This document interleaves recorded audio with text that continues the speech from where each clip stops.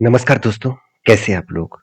बहुत सारे मुझे कमेंट्स आया कि सर आप इतने सारे वीडियोस तो बनाते हैं, कभी आप मेटल सेक्टर के ऊपर वीडियो नहीं बनाया।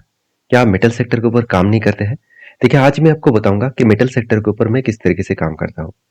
तो वीडियो को शुरू करने से पहले मैं रिक्वेस्ट करूंगा कि वीडियो को कोई रिकमेंडेशन के हिसाब से मत लीजिएगा, क्योंकि हर किसी का रिस्क लेने का कैपेसिटी अलग होता है। तो मैं मेरे हिसाब से रिस्क लेता हूँ, आप आपके हिसाब से लीजिए। आप एक बार सारी चीज़ों को वेरीफाई करके आपके रिस्क मैनेजमेंट को स्टडी करके काम करिएगा।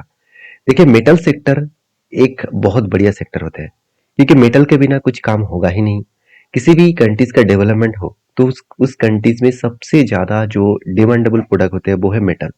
क्योंकि मान के चलिए इंफ्रास्ट्रक्चर का बिल्ड बिल्ड हो रहा है, और बहुत सारे ब्रिजेस बन रहे हैं, बहुत सारे गाड़ियां बन रहा है, बहुत सारे एयरप्लेन बन रहा है। कुछ भी बनाने के लिए जाए तो वहाँ पे मेटल का जरूरत पड़ता है। तो मेटल सेगमेंट सिर्फ कंस्ट्रक्शन के लिए नहीं है, और भी बहुत सारे चीज होते हैं। तो यहाँ पे अगर मेजर मेटल सेक्टर के बारे में बात करूँ तो आयरन एंड स्टील होते हैं जो सबसे ज्यादा डिमांडेबल होते हैं। एल्यूमिनियम जिसका डिमांड आज बहुत तेजी से ग्रोथ हो रहा है, इसके ऊपर मैंने एक डिटेल्स में वीडियो बना के दिया, बहुत सारे दोस्तों ने देखा और बहुत सारे सपोर्ट और प्यार भी दिया आपने।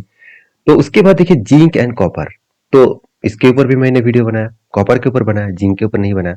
तो इसकी भी डिमांड है, साथ ही साथ फेरियर और सिलिकॉन मैन मतलब जो प्रोडक्ट्स होते हैं, साथ ही साथ माइनिंग एंड एलाइड जो एक्टिविटीज है, ये सारे प्रोडक्ट्स जो है वो मेटल सेक्टर के अंदर आते हैं।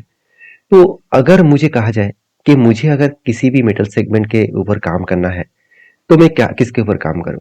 तो देखिए मैं हमेशा ईटीएफ को चूज करूंगा, क्योंकि ईटीएफ ही एक ऐसा प्लेटफॉर्म है जिस प्लेटफॉर्म के माध्यम से मतलब एक एसेट क्लास ऐसे बना के दिया गया है जिसके माध्यम से एक ईटीएफ के माध्यम से सारे सेक्टर को मतलब सारे जो मेजर जो सब सेक्टर है उसको एक साथ में एक ही ईटीएफ के अंदर मैं मतलब इन्वेस्टमेंट कर सकता हूँ।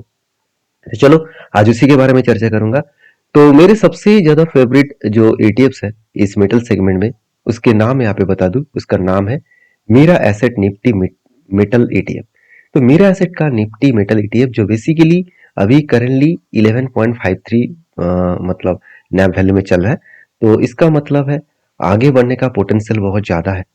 तो इस कंपनी का अगर मैं एक हफ्ते एक हफ्ते का अगर परफॉर्मेंस देखूं इस ईटीएफ का, तो जस्ट 1.20% के आसपास देखने को मिला।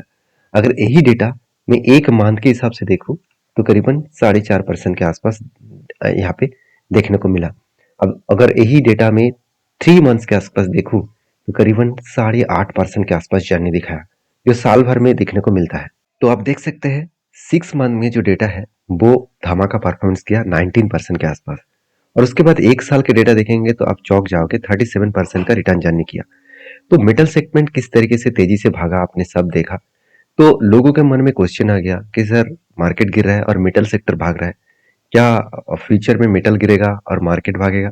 देखिए ये कब कौन भागेगा ये बोलना गलत है। अगर आप किसी भी एसेट क्लास के ऊपर काम कर रहे हैं तो हमेशा उसके ऊपर आपको स्टेबिलिटी होना चाहिए, और मैं हमेशा ईटीएफ के ऊपर इसलिए काम करता हूँ, चाहे वो ऊपर में रहे चाहे वो नीचे रहे, मतलब टॉप में रहे चाहे वो बॉटम में रहे, हर जगह पे अगर आप एसआईपी के मोड से काम करते रहे तो वहां पे कोई भी आपको प्रॉब्लम्स नहीं आएगा, क्योंकि ऊपर भी इन्वेस्टमेंट होगा और नीचे भी होगा। तो इसमें आपको एक अच्छा खासा एवरेज लेवल देखने को मिलेगा। अगर मैं 3 साल देखूं तो 3 साल में 13% के आसपास ही देखने को मिला, क्योंकि 3 साल इस एटीएम ने कुछ खास परफॉर्मेंस नहीं किया। 5 साल में सेम टू सेम दिखेगा, क्योंकि 5 साल हुआ नहीं है इस ईटीएफ।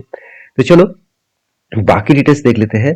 इस ईटीएफ का जो मतलब एक्सपेंस रेशियो है वो 0.3% के आसपास है, मतलब 30 पैसे के आसपास ईटीएफ का एक्सपेंस रेशियो है। इस पॉइंट को ध्यान से रखना, इस पॉइंट ही आपको फायदा देने वाला है, मैं अभी आपको बताऊंगा। उसके बाद देखिए ट्रैकिंग एरर 0.07, तो इस ट्रैकिंग एरर को आप छोड़ ही दीजिए, आपको वैल्यूएशन देखना है। देखिए पी रेशियो 21 है, इसका मतलब अभी भी देखा जाए तो मतलब माना जाता है कि 10 से 30 के अंदर पी रेशियो है।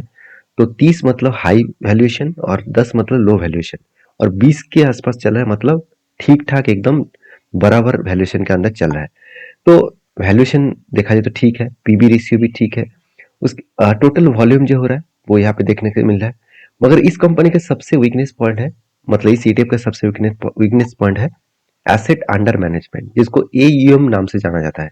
तो एसेट अंडर मैनेजमेंट जो है वो यहाँ पे 157 सीआर के आसपास है। इसका मतलब सिर्फ 160 करोड़ के नीचे कंपनी का टोटल एसेट है। तो इस एसेट धीरे धीरे करके बढ़ता हुआ देखने को मिलेगा। तो आप देख सकते हैं इस ईटीएफ ने किस तरीके से परफॉर्मेंस किया। तो यहाँ पे इस ईटीएफ का जो रिटर्न है 3 मंथ में 12%, 6 मंथ में 19%, 1 साल में 35% और ऑल टाइम मतलब लाइफ टाइम में 10%। देखिए मेटल सेक्टर अगर देखेंगे तो लॉन्ग अगर लास्ट 15 ईयर्स तक देखेंगे, लास्ट 10 साल तक देखेंगे तो एवरेजली आपको 10 से 12% ही आपको दिखेगा।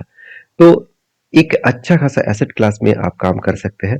देखिए इस सेक्टर में टोटल देखिए जो लोग सोच रहे थे कि मैं अलग अलग सेक्टर में निवेश ना करके एक जगह पे करूं तो इसका फायदा यही ईटीएफ आपको देता है। स्टील 43% इन्वेस्टमेंट किया है इस ईटीएफ ने और माइनिंग एंड मिनरल्स में 18.6%, नॉन फेरियस मेटल 25% और साथ ही साथ ट्रेडिंग 7.31% और कैपिटल गुड्स के ऊपर 5.69%। इसका मतलब सब सारे मेटल सेगमेंट के ऊपर आपको माइनिंग सेगमेंट के ऊपर इन्वेस्टमेंट होता हुआ देखने को मिलेगा। तो कौन सा कंपनी के स्टेक यहाँ पे ज्यादा है? टाटा स्टील के सबसे ज्यादा है, उसके बाद हिंदाल्को के 16.8% इन्वेस्टमेंट है, उसके बाद JSW steel, Vedanta, Adani enterprises, Jindal steel, APL, Apollo tubes, NMDC, national aluminium, Jindal stainless steel, Hindustan zinc, stainless authority of India. आप देख सकते हैं मेटल एनर्जी, हिंदुस्तान कॉपर। तो मतलब विल्सन क्रॉप जो है वो इस तरीके से कंपनीज के ऊपर ज्यादा इन्वेस्टमेंट देखने को मिला है। तो अभी चलो मेन मुद्दे पे चले जाते हैं। अगर मैं इस ईटीएफ के ऊपर हर मंथ अगर 1000 रुपया भी इन्वेस्टमेंट करे तो 20 साल में मेरा कितना फायदा वो दे सकते हैं और एक्सपेंस रेशियो के हिसाब से मुझे कितना वो फायदा मिलेगा। देखिए मैं कैलकुलेटर के ऊपर आ चुका हूँ। अगर मैं हर मंथ 1000 रुपया करके भी इस ईटीएफ के ऊपर काम करूँ और ड्यूरेशन रखता हूँ मैं 20 साल तक और इसके एक्सपेंस रेशियो देखिए, expense ratio sorry return of growth कितना है, मैं चलो 12% ही पकड़ लेता हूँ। और उसके बाद एक्सपेंस रेशियो देखिए जो 0.90% के आसपास होता है अगर म्यूचुअल फंड के ऊपर काम करते हैं। ईटीएफ में एक्सपेंस रेशियो बहुत कम होता है क्योंकि यहाँ पे आप खुद काम कर सकते हैं। म्यूचुअल फंड में होता क्या है, आप फंड मैनेजर को एक्स्ट्रा चार्जेस देना पड़ता है तो इसलिए उसके एक्सपेंस रेशियो बढ़ जाता है। तो यहाँ पे फंड मैनेजर को एक्स्ट्रा चार्जेस नहीं देना पड़ता है क्योंकि आप खुद ही काम करेंगे। तो एक मिनिमम जो चार्जेस है उसको आपको देना पड़ता है 0.30। अगर आप कैलकुलेट करेंगे तो टोटल 20 साल में आपको 2.4 लाख के आसपास इन्वेस्टमेंट होगा और आपको जो फायदा मिलेगा देखिए ये टोटल जो वैल्यू यहाँ पे एक्सपेंस रेशियो बनेगा वो आप देख सकते हैं। एक्सपेंस रेशियो जो है वो करीबन 39,700 के आसपास आपको पैसा देना होगा 30% के हिसाब से, सॉरी 0.30% के एक्सपेंस रेशियो के हिसाब से और टोटल आपको मिलेगा देखा जाए तो करीबन 9.5 लाख के आसपास आप बोल सकते हैं। तो अगर यही ट्विस्ट आपको देखने को मिलेगा, अगर हर साल यहाँ पे आप 15% के आसपास इन्वेस्टमेंट बढ़ा देते हैं तो देखिए जो 9.5 लाख था वो बढ़ के हो जाएगा करीबन करीबन 29 लाख। तो सोचिए मतलब करीबन करीबन 3 गुना बढ़ चुके। जस्ट 15% मैंने हर साल बढ़ा दिया। मान के चलिए इस बार 1000 रुपया निवेश किया, नेक्स्ट ईयर में मैं 1000 इंटू 15% मतलब 150 रुपया और भी बढ़ेगा, मतलब 1150 रुपया मुझे ज्यादा इन्वेस्टमेंट करना पड़ेगा। इस तरीके से हर साल मुझे 15% बढ़ाते चले जाना है। तो कहने का मतलब आप समझ चुके हैं। मैं आपको यहाँ पे कोई इन्वेस्टमेंट टिप्स नहीं दे रहा हूँ, मैं आपको समझाने का कोशिश कर रहा हूँ कि मार्केट में देखिए कब ऊपर रहेगा कब नीचे रहेगा ये तो किसी को पता नहीं है। तो अभी आज मेटल सेक्टर मतलब गोल्ड, सिल्वर, कॉपर ये सारे टॉप लेवल में है। तो स्टील सेक्टर आज टॉप लेवल में है। तो इस टॉप लेवल में अगर कोई इन्वेस्टमेंट करे लमसम तो वो बुरी तरीके से फंस सकते हैं क्योंकि यहाँ से गिरने का भी चांसेस होता है। तो अगर मैं इन्वेस्टमेंट करूं एज ए एसआईपी के मूड में, मंथली वाइज एसआईपी करूं तो ऊपर में करूं और नीचे आने के बाद भी करूं तो मेरे एवरेज एक लेवल में आ जाएगा। तो मेरे सारे पॉइंट्स में आपके साथ डिस्कशन किया। बाकी आपके क्या राय है जरूर कमेंट्स करना। अगर इस तरीके से अपडेट पाना है तो मुझे कमेंट्स में लिखिए आपको क्या वीडियो देखना है, वो मैं जल्द से जल्द आपके साथ शेयर करूंगा। तो मिलते हैं नेक्स्ट वीडियो में, तब तक के लिए धन्यवाद।